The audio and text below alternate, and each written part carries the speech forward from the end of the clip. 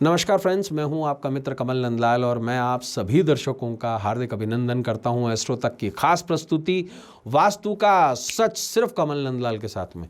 तभी तो आपसे कहता हूं एस्ट्रो तक को लाइक करें, सब्सक्राइब करें। और कमल नंदलाल तो ये कहता ही है कि शेयर तो बनता है, क्योंकि आपका एक शेयर बहुत बड़ा काम करता है। किसी के जीवन से दुख, दुर्भाग्य और दरिद्रता को मिटाकर सुख, सौभाग्य और समृद्धि लेके आता है। इसलिए शेयर ज़रूर करें। और अगर आप मेरी सेवाएं लेना चाहते हैं, अपने घर का वास्तु दिखाना चाहते हैं, अपने फैक्ट्री का, अपने इंडस्ट्री का वास्तु दिखाना चाहते हैं, अगर आप अपनी कुंडली रीड करवाना चाहते हैं, अगर आपके मन में कोई समस्या है जिसका आप समाधान चाहते हैं, अगर अंकशास्त्र के माध्यम से आप अपनी कुंडली दिखाना चाहते हैं, तो सीधा आइए www.astrotak.com पर मेरी प्रोफाइल सिलेक्ट कीजिए, सीधा कॉल मिलाइए मुझे। मैं आपके कॉल का इंतज़ार कर रहा हूँ प्रोफेशनली, सिर्फ एस्ट्रो तक के माध्यम से। तो चलिए अब बढ़ते हैं वास्तु के सच में, आज के खास विषय पर, जहां हम करेंगे वास्तु के माध्यम से आपकी समस्या का समाधान। आइए जानते हैं मित्रों, आज हम डिस्कस करेंगे वास्तु का सच में एक बहुत ही खास विषय पर। आप अचरज में पड़ जाएंगे इस विषय को सुनकर। आज का हमारा विषय है वास्तु अलर्ट है आपके लिए। क्या आप भी पूर्वजों पर चढ़ाते हैं फूलमाला? आपका जवाब होगा हाँ, मेरा भी जवाब होगा हाँ। लेकिन किन फूलों की माला चढ़ाते हैं? सही सवाल यह है, अगर आप गलत फूलों की माला चढ़ाते हैं तो हो जाइए सावधान, क्योंकि ये थोड़ा सा प्रॉब्लमेटिक विषय हो सकता है। कैसे हो सकता है, आइए हम इस बारे में जानते हैं। देखिए, हमारे ईशो उपनिषद एक शास्त्र है, ईशो उपनिषद, जो हमें दैनिक पूजा की आज्ञा देता है। साथ ही साथ वास्तुशास्त्र हर चीज को डिजाइन करता है, हर चीज की निश्चित डायरेक्शन और डिजाइन कर देता है। इसी प्रकार से मंदिर की एक डायरेक्शन होती है, तिजोरी की डायरेक्शन होती है, पूजा घर की एक डायरेक्शन होती है, टॉयलेट्स की डायरेक्शन होती है, बेडरूम की डायरेक्शन होती है, बच्चों के कमरों की डायरेक्शन होती है, बूढ़ों के कमरों की डायरेक्शन होती है, पढ़ाई लिखाई के कमरे की डायरेक्शन होती है, किचन की डायरेक्शन होती है ना। अगर एक बात बताएं, क्या आप लैट्रिन के अंदर जाकर के गैस का चूल्हा रख के खाना बनाएंगे, या आप किचन के अंदर टॉयलेट वगैरह करेंगे? नहीं ना, कोई नहीं करता है। हम समझदार प्राणी हैं। अब प्रकृति से भी तो कुछ सीखें। अगर एक श्वान, अगर एक कुत्ता भी बैठता है तो आपने देखा होगा वो पूंछ से जगह को साफ करके बैठता है, छाया देख के बैठता है ना। अगर आपने देखा होगा, कुत्ता भी गर्मी के दिनों के अंदर कभी वॉच कीजिए, मिट्टी को खोदता है और ठंडी मिट्टी के अंदर बैठता है। आप देखिएगा कभी डॉग्स को, वो बेसिकली हमेशा आपको दक्षिण की तरफ मुख करके बैठे दिखाई देंगे ज़्यादातर, क्योंकि उनके अंदर एक वेवलेंथ है चीज़ों को मेजर करने की। कोशिश कीजिएगा, हमेशा इस चीज़ को समझने की कोशिश कीजिएगा और ऑब्जर्वेशन कीजिएगा। अगर आपके घर में भी डॉग है तो उसको ज़रूर देखिएगा। उनका फेस, अगर वो सोएंगे या खाएंगे तो हमेशा या तो पश्चिम की तरफ मुंह करके खाएंगे या दक्षिण की तरफ मुंह करके खाएंगे। देखिएगा, कारण क्या है?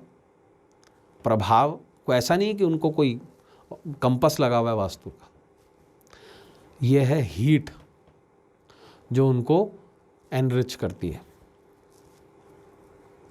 जिनके मकान भी अगर उत्तर पश्चिम मुखी होते हैं तो बहुत ज़्यादा ठंडे होते हैं, कारण वायु की दिशा है। किसी का मकान अगर ईशान मुखी है तो बहुत आपको ठंडा मिलेगा, पूर्व होगा तो समकालीन होगा। लेकिन अगर दक्षिण पूर्व मुखी हुआ तो बहुत ज़्यादा गर्म होगा, उसको आग्नेय कोण कहते हैं। और इस दिशा में हम सोते भी नहीं हैं।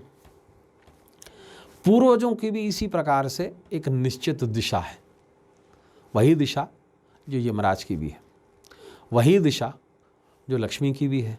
लेकिन कुछ एक मानक ऐसे हैं जहाँ पर पूर्वज दक्षिण पश्चिम यानी कि नैऋति की दिशा में लगाए जाते हैं। मैंने पाया है कि पूर्वजों का सही स्थान दक्षिण पश्चिम है, ना कि प्योर दक्षिण है। ऐसे में हम पूर्वजों का चित्र लगाते हैं और कम से कम महीने का एक दिन अमावस्या हम उनकी धूप अगरबत्ती करते हैं। कुछ घर में, जैसे आज हमारे जो विप्रों के घर हैं उनके अंदर डेली धूप दीप होता है, और इसी प्रकार से उनकी उपासना भी की जाती है। और स्पेशली अमावस्या के दिन कुछ कच्चा पदार्थ निकाला जाता है, उन पर दूध का भोग लगाया जाता है, इत्यादि इत्यादि। लेकिन कभी आपने सोचा है, आप पूर्वजों के चित्र पर फूल चढ़ाते हैं, फूल क्या है और उसका संबंध क्या है? देखिए, पंच तत्व यानी कि 5 एलिमेंट्स में से जब हम पंचोपचार करते हैं किसी भी चीज़ का, तो फूल को आकाश की संज्ञा दी गई है। गॉड ऑलमाइटी, फूल ही एकमात्र सब्सटेंस है या एक ऐसी चीज़ है जिसको ईश्वर के सर पर रखा जा सकता है। आपने बिल्व पत्र को देखा है ना, वो हमेशा, जितने भी पत्ते और फूल हैं दोनों, पत्र पुष्प दोनों, वो हमेशा शिवलिंग पर उल्टा चढ़ता है। और हम भी ऐसा ही एक फूल या पत्ता हम पितरों पर चढ़ा देते हैं। और क्या करते हैं, हम प्लास्टिक के फूल ले आते हैं आजकल। आप गड़बड़ देखिएगा कहाँ से शुरू होती है। और क्योंकि हमें रोज़ तो पूजा नहीं करनी होती, औपचारिकता है ना, क्योंकि पितृ जो चला गया वो करेगा क्या, हम ऐसा मानते हैं। ऐसा नहीं है।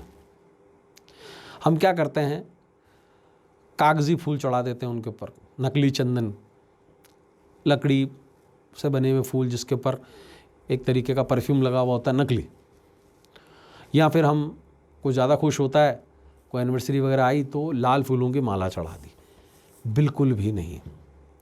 वास्तु कहता है पितरों के चित्र दक्षिण पश्चिम दिशा की तरफ होने चाहिए, नंबर 1। और उन पर कभी भी प्लास्टिक या नकली फूलों की माला नहीं चढ़ाने चाहिए।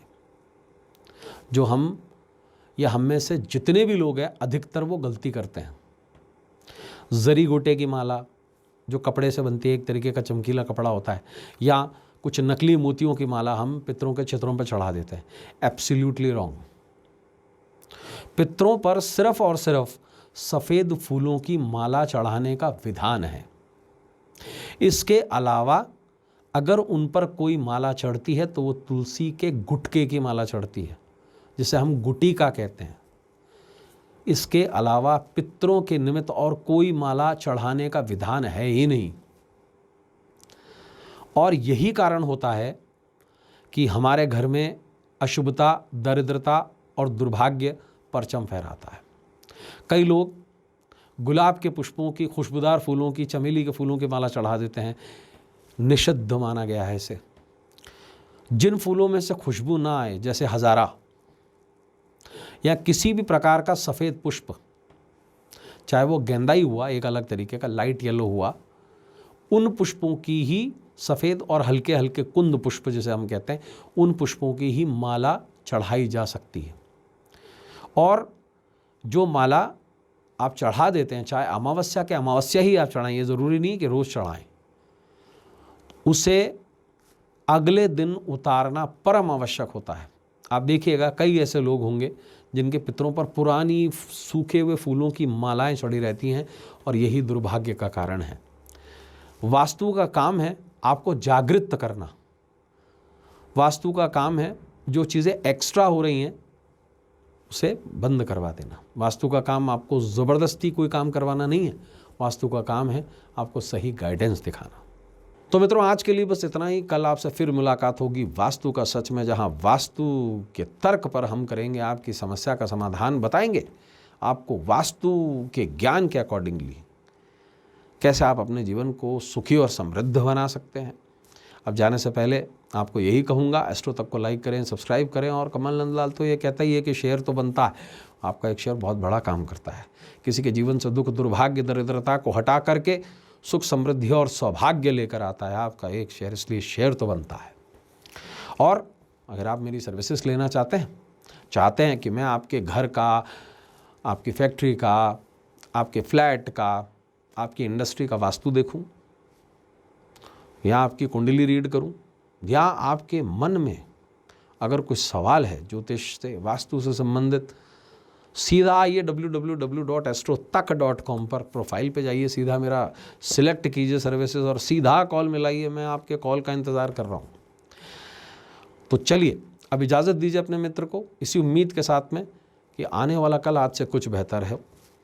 वास्तु का सच में फिर से आपसे कल मुलाकात होगी। नमस्कार, नमः शिवाय।